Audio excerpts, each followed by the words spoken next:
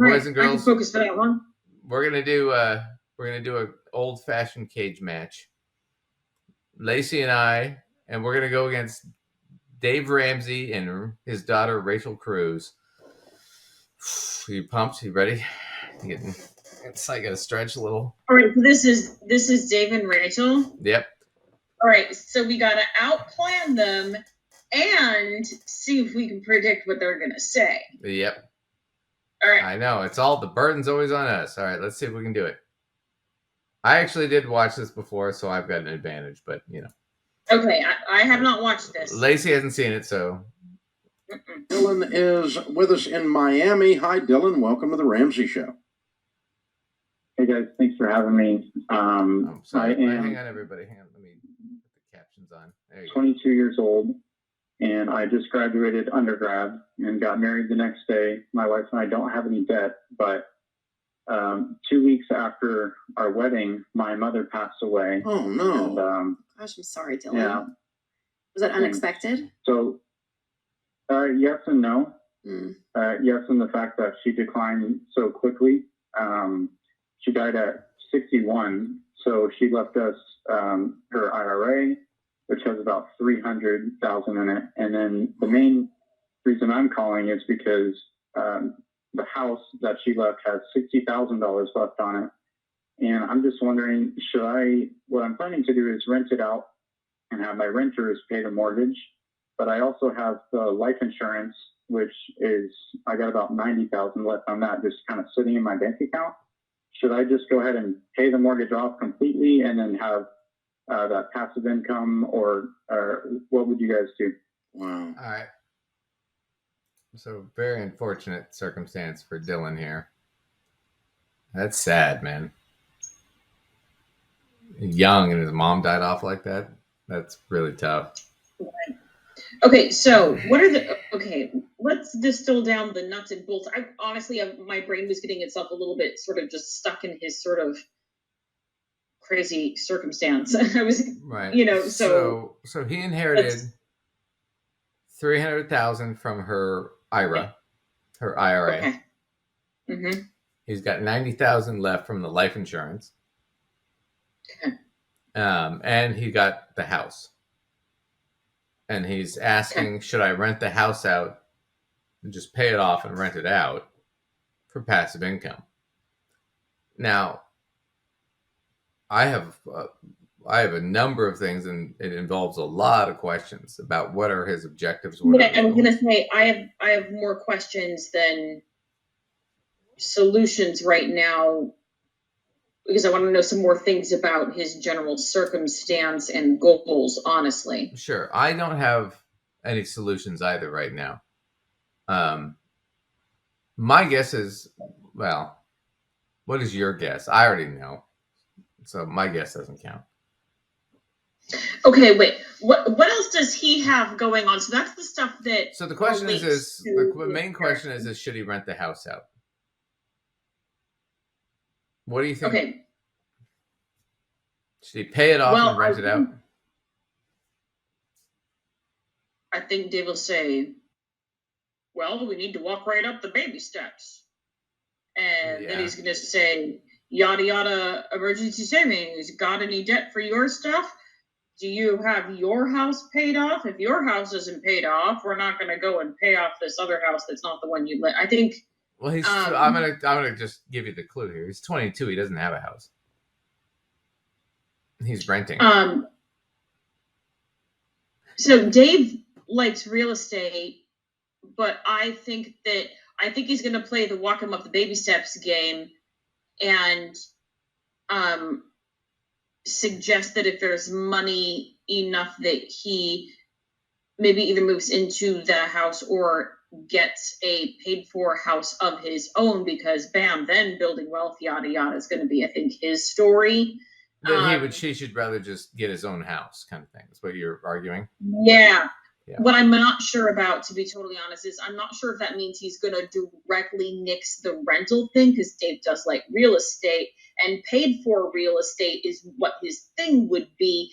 But if the guy's 22 and does not have a house, I think Dave will make a primary objective the house that he lives under before a rental house. That's what I'm gonna Sure. put my vote on, or some variation of that. Sure. No, that's not a bad guess. I want to talk about this though. So there's a couple things that need to be discussed before everything else. So the 90,000 insurance, right? Insurance, life insurance, is tax free. Okay, so that's his money. All right. However, he can get the house at a stepped up basis to a degree, but if he sells the house, there might be some tax, but not much to it, right? Okay, so can you pause for a minute Sure. and give us the quick explanation of what stepped up basis means Yeah. for people who may not have encountered that concept? So this is a very important concept when it comes to estates or inheritance. If you're giving people money, Inheritance and taxes. or you're receiving money, yeah. So, certain kind of stock accounts, things like that, will give you, and houses, things like that, certain property. Let's say I'm Lacey's father, and I'm old and I die.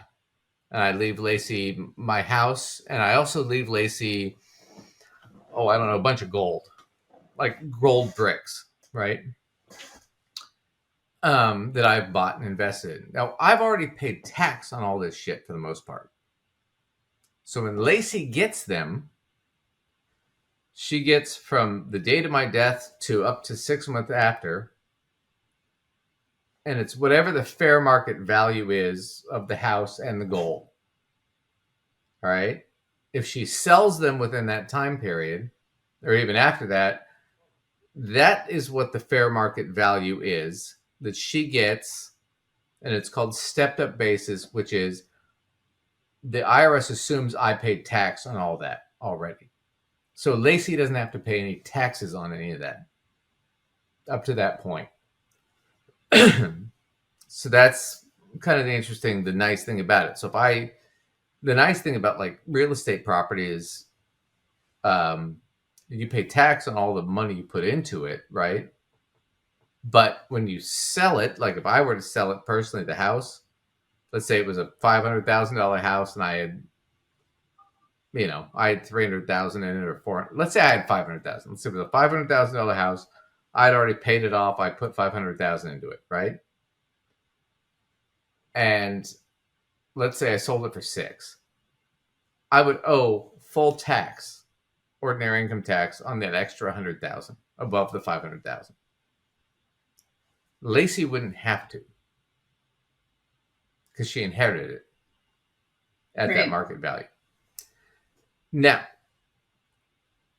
so that's the issue. So the life insurance, he doesn't have any tax burden on. Life insurance is almost always tax-free. I can't think of an instance where it wouldn't be. It's almost always tax-free. Life insurance it's a great product for the right situation. It's not for everybody, but for the right situation, phenomenal product. The house, also, he could sell it right now. Probably wouldn't owe any taxes on it, on any of the money. All right. The bigger issue is he's got $300,000 in his mother's retirement account. And if it's a traditional retirement account, which I'm guessing it is, right? If it's a Roth, he doesn't owe tax. But if it's traditional, he has to start taking that money out. And he's got a situation where he has to do it. He didn't say Roth. I guess I was making some assumptions that we were maybe in traditional because people like to usually say Roth, but maybe we don't know. No, but I would be asking that question. I would, yeah. Because if it's a certainly. Roth, it changes the whole scenario.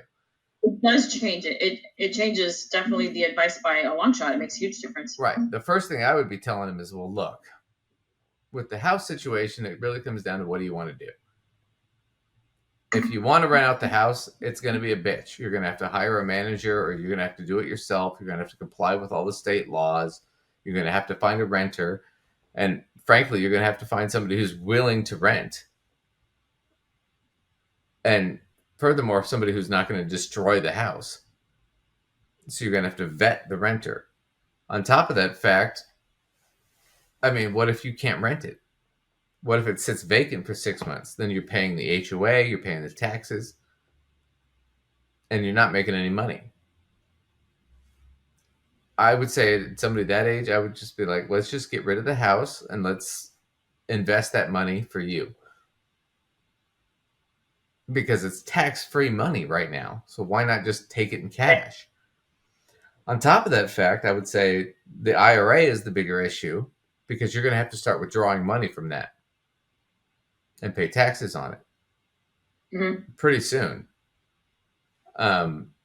With inherited IRAs, they require you to either drain it out within, I think it's like 10 years.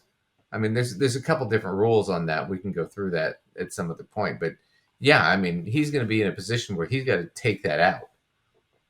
The IRS is going to force him, or they're going to penalize the shit out of him for not taking it out. So the IRA is a different management issue. So you need to either take that money out and use it for something or invest it in something. Right? I would be more concerned about that because that's the immediate issue that's going to hurt him is the IRA. He could sit on the house for another year and just pay the tax and shit. Hell, he could pay it out of the fucking distributions from the IRA. Right? He'd be bleeding cash, but it wouldn't be that bad overall. I would say, frankly, I think the smart move, sell the house, buy your own house. Take the withdrawals from the IRA that you're required to take, and then just pay the tax on it and reinvest it. All right, let's see what Dave says. Yeah. I don't think he's going to go that in depth. I think he's just going to talk about whatever. I mean, I saw this. I can't totally remember all of it. I skimmed it, so. I'm so sorry. That's completely. So, Mrs. Ramos, what does your son do? He says he sells clouds. He works in a cloud company and sells clouds. 1, 2, 3. Tough 2 weeks after you're married to make all these decisions. I wish we could slow down. Okay. Mm-hmm. Here's the thoughts that pop into my head. Okay. Number one, renting a property as a landlord is not passive income. That's humorous. That's crap from TikTok. Okay. Because there's nothing passive about dealing with renters. I've got a bunch of them.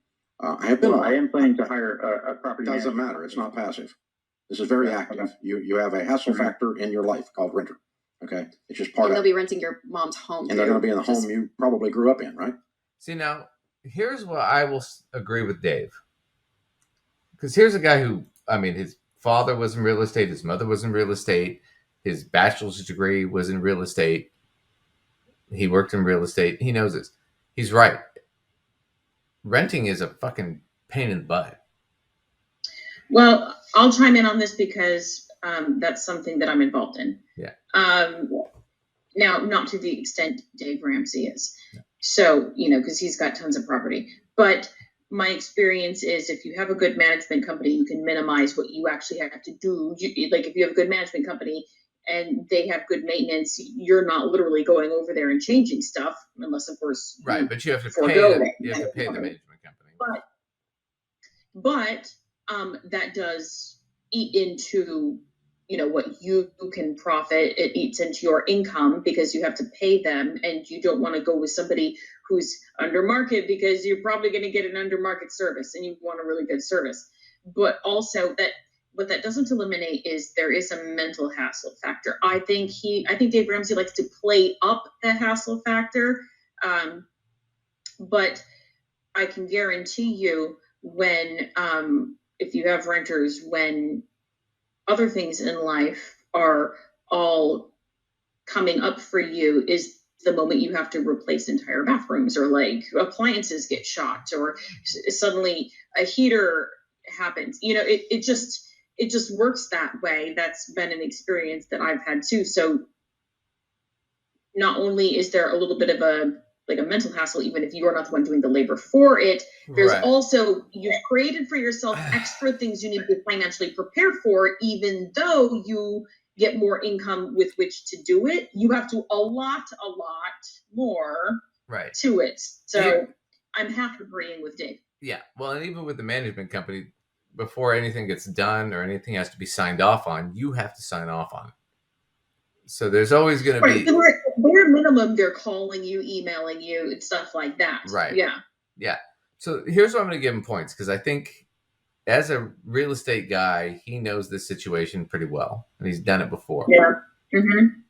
My issue here is that he's ignoring the bigger issue, which is the IRA and how to manage that. Well, maybe he'll say something. We might have. No, he might have paused before he got there. I doubt it. I don't think he did. I didn't watch the whole thing, but I don't think he did. Right. Yeah. That's weird. Emotionally, it's hard. Mm-hmm. Okay. So that's the number one thing. So, can this be done? Yes, it can be done. You're 22. You're brand new married. In my opinion, the last thing you need is the hassle of a rental property. But if you're going to keep this and give that a try, you should pay it off. Okay. And because that will lower the hassle. You won't have a payment anyway. And so take the insurance money out of the checking account and pay the mortgage off. I normally wouldn't like to make that decision. I'm going to disagree with him on that point.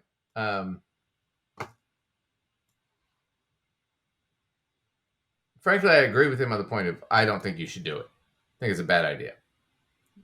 I think also, like, if you weren't going to take the money out and pay it off, you have to look very carefully at the spread to see if you're really going to make money on it, because there are factors people don't consider. All they want to think is the rent versus the mortgage, and they're not thinking about plenty of other things that go into it. Especially if this guy's 22, he might be a brilliant 22-year-old, but he doesn't have much experience with having to deal with things with real estate. Well, right. And I think the biggest issue right out of the gate is vacancy.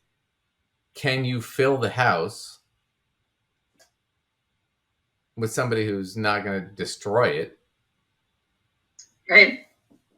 And somebody who's not going to be moving every year, because when you have, sometimes younger folks, I'm not saying they're bad renters, but a lot of times, people in their 20s like move every year, for a while. Yeah, they're not as reliable.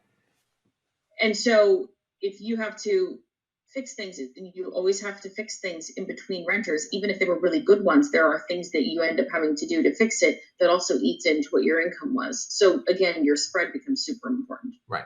On top of that fact, so I think that yeah, I agree with that first point. You shouldn't rent it. You should just sell it. I know it's difficult because it's his mother's house and all that. Maybe he grew up there. I don't know what the issue is. But my issue comes down to, okay, so let's say he's saying, well, if you're going to rent it, take the insurance money and pay it off. That doesn't make sense to me. Why are you pissing away 60 grand of the 90 of tax-free money into the mortgage of the house? It's not going to necessarily increase your equity, and you don't know if it's going to work, if you're going to get renters. So you might actually lose some of that money. So you're putting money at risk that doesn't need to be put at risk. It makes no sense to me. Why not just use the renter pay to pay off the mortgage and keep the actual cash so you have the cash available? I mean, you're 22. What if you want to start a business? What if you and your wife, one of you gets a really great job and you guys have to move? You need to have that liquid cash available to do that. So my attitude is I would invest that cash and do something more secure. But I think that's a ridiculous statement. Yeah, just you've got 90,000 tax free, and you're going to give 60,000 of it to the bank to pay off the mortgage to try and rent a property that you don't even know if you can rent or if you can manage. That just seems like a really stupid idea to me. But, you know.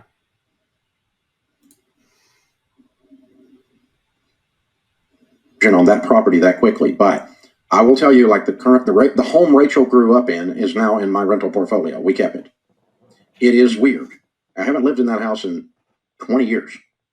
It is weird to go over to that house with other people's crap in it, still emotionally. And I landlord a bunch of property, and I grew up in the real estate business, so I've got a huge advantage over you. And I'm old.